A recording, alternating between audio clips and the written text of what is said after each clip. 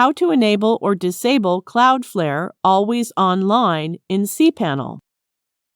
Cloudflare keeps serving your website if your server goes offline because of the Always Online feature in Cloudflare. Let's learn how to enable or disable this feature in cPanel. Log into your cPanel account and you will be on this page. Go to the Software section and click Cloudflare. Click to sign in, then enter your Cloudflare email address and password to log in.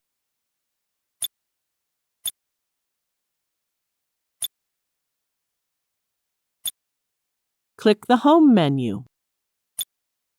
You can see that there is an on and off button to enable or disable this feature.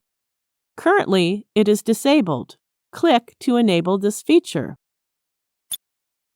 That's it. Now you know how to enable or disable the Cloudflare Always Online feature in cPanel. Thank you for watching.